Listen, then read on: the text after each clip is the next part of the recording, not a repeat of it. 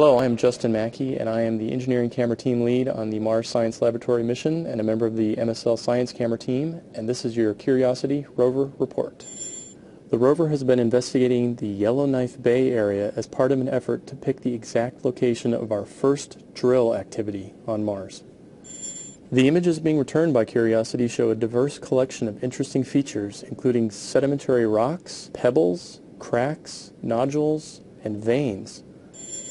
The vein features are seen as a bright white material, and we see them just about everywhere we look in Yellowknife Bay. The ChemCam instrument has found that these veins contain elevated levels of calcium sulfate, likely in the form of basanite or gypsum. Gypsum veins are also seen here on Earth and are associated with water percolating through cracks in fractured rocks.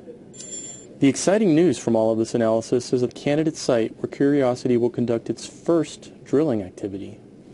This site is located only a few meters away from the rover's current location and lies in a flat area suitable for drilling. The team hopes to drill directly into one of the veins and place the powder into the SAM and Chemin analytical instruments. These instruments will give us detailed information about the composition of the material. We'll be driving over there in the next few days. On our way over to the drill site, we're planning on using the rover's wheels to crush some of the nearby veins and examine the freshly broken material. This image from Sol 135 shows an example of how the rover can break open soft rocks with its wheels, revealing the freshly exposed material. I'm Justin Mackey, and this has been your Curiosity Rover Report. Check back for more reports.